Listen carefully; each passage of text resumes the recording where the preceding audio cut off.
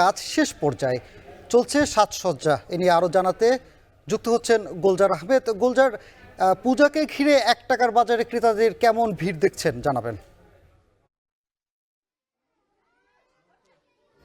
দেখুন, আসলে সনাতন ধর্মাবলম্বীদের সবচেয়ে বড় যে উৎসব দুর্গাপূজা, সেটি আসলে সন্নিকটে। অর্থাৎ যে কয়দিন আছে ইতিমধ্যে আসলে মণ্ডপের যে প্রস্তুতি, সেটি অনেকই মণ্ডপে কিন্তু শেষ হয়েছে।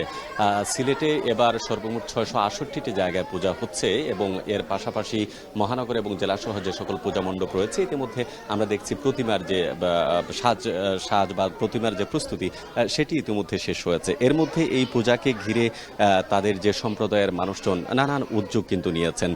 আমরা যদি একটু বলি যে অনেক জায়গায় আসলে যে সকল সামাজিক সংগঠনগুলো আছে, তারা বিভিন্ন ধরনের যারা আসলে নিম্ন আয়ের মানুষ, সনাতন ধর্মাবলম্বী, তাদেরকে নানানভাবে সহযোগিতা করছেন এবং সহযোগিতা করার চেষ্টা করেছেন। আমরা এই মুহূর্তে রয়েছি সিলেটের যে বালুচর এলাকায় ওরাং সম্প্রদায়, প্রায় হারিয়ে যাওয়া একটি সম্প্রদায়। এখানে প্রায় 16টির মতো পরিবার বসবাস করে। তো প্রতি ঈদেই বিভিন্ন প্রতি পূজাতেই বিভিন্ন সংগঠন আসলে সেই পূজারীদের নানান ধরনের সহযোগিতা করে থাকে। আজকেও আমরা দেখতে পাচ্ছি যে শারদীয় দুর্গাপূজা উপলক্ষে ওরাং সম্প্রদায়ের মানুষ যারা আছেন, তাদের জন্য 1 টাকায় আসলে পূজার বাজার এখানে করা হচ্ছে।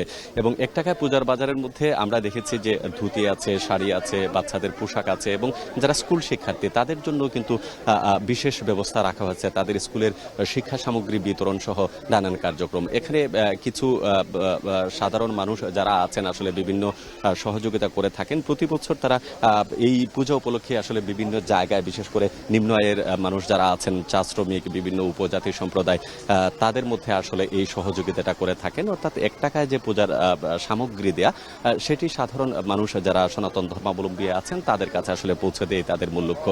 এবং আমরা দেখেছি প্রতি বছরই আসলে এরকম কার্যক্রম চলতে থাকে। যে কোনো উৎসবে সিলেট যেহেতু সম্প্রীতির জায়গা, এখানে আসলে হিন্দু মুসলিম এটি কোনো ভেদাভেদ না করে সব ধর্মের মানুষই কিন্তু অংশগ্রহণ করে থাকেন। এবং এই সহযোগিতা যাতে তাদের যে উৎসবটি আছে, উৎসবটি যাতে আনন্দময় হয়ে ওঠে এবং উৎসবটি যাতে পরিপূর্ণ হয়, যেহেতু বছরে একটি বড় উৎসব, সেই উৎসবকে কেন্দ্র করে তাদের এই আয়োজন আমরা দেখি। তো এখানে আসলে হিন্দু সম্প্রদায়ের মানুষ ছাড়াও বিভিন্ন সম্প্রদায়ের মানুষজন এসে উপস্থিত হয়েছেন এবং তারা বলছেন যে সাম্যের যে বাংলাদেশ প্রতিষ্ঠা করার জন্য যে উদ্যোগ, সেটি সব মানুষকে আসলে এগিয়ে আসা উচিত। যে সহযোগিতার মাধ্যমে সব সম্প্রদায়ের মানুষ আসলে সমানভাবে তাদের উৎসবগুলো উপভোগ করতে পারবে।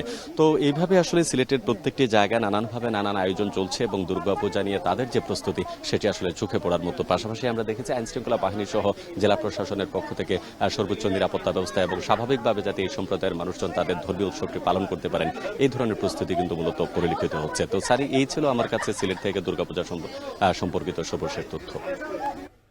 সিলেটে চলছে দুর্গাপূজার প্রস্তুতি, সে খবর জানাচ্ছিলেন সহকর্মী গুলজার আহমেদ। দুর্গাপূজার আরও প্রস্তুতি চলছে কুমিল্লায়, সে খবর জানাতে যুক্ত হবেন সহকর্মী মাসুদ আলম।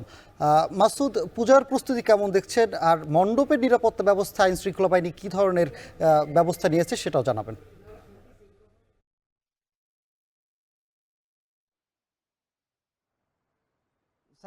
দেবীর আগমন উপলক্ষে আগমনী সুর কিন্তু ইতিমধ্যে কুমিল্লার পাড়া মহল্লা ছড়িয়ে পড়েছে। সনাতন ধর্মাবলম্বীদের যে এই যে ধর্মীয় উৎসবটি, এটি হচ্ছে তাদের সবচেয়ে বড় ধর্মীয় উৎসব। এই উৎসবকে ঘিরে আসলে আমরা দেখেছি যে যেখানে যে সকল মণ্ডপগুলোতে পুজো উদযাপন করা হবে, সেই মণ্ডপগুলোতে কিন্তু আসলে আমরা দেখেছি যে ওই যে বিভিন্ন ধরনের প্যান্ডেল সাজানো থেকে শুরু করে প্রতিমা স্থাপন সহ নানান কর্মযোগে তারা ব্যস্ত রয়েছেন। একই সঙ্গে যেখানে প্রতিমাগুলো তৈরি করা হচ্ছে, সেখানেও আসলে রং তুলির আঁচড় থেকে শুরু করে যে সকল কাজগুলো এখনও বাকি রয়েছে, সেগুলো শেষ করার জন্য তারা কিন্তু তড়িঘড়ি করছেন। কারণ হচ্ছে যে সময় কিন্তু আর হাতে খুবই একেবারে কম। কারণ হচ্ছে যে 29 সেপ্টেম্বর মহাষষ্ঠমীর থেকে মধ্য দিয়ে কিন্তু আসলে এই যে শারদীয় দুর্গোৎসব, সেটি শুরু হবে, শেষ হবে দশমী 3 অক্টোবরে।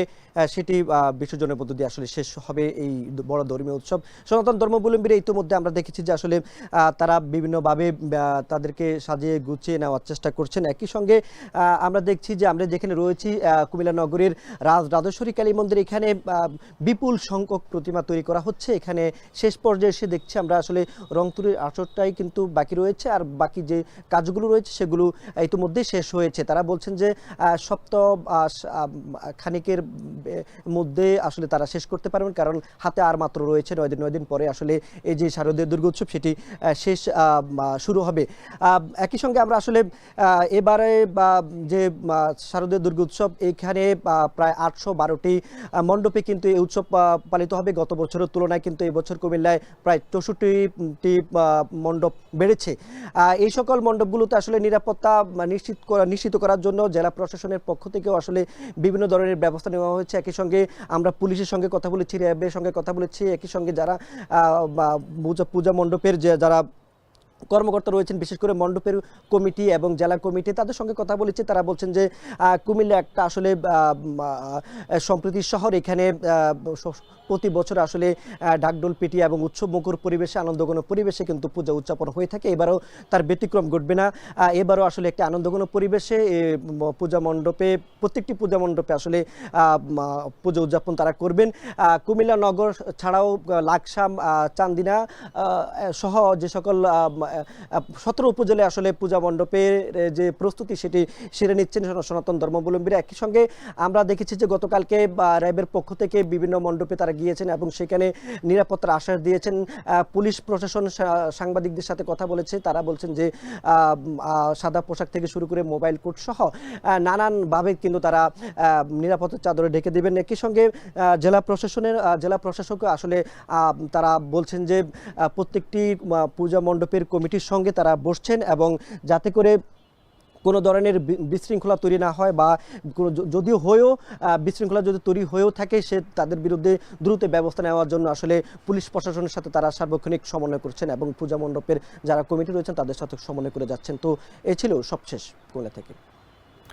কুমিল্লা থেকে দুর্গাপূজার প্রস্তুতির সবশেষ খবর জানাচ্ছিলেন সহকর্মী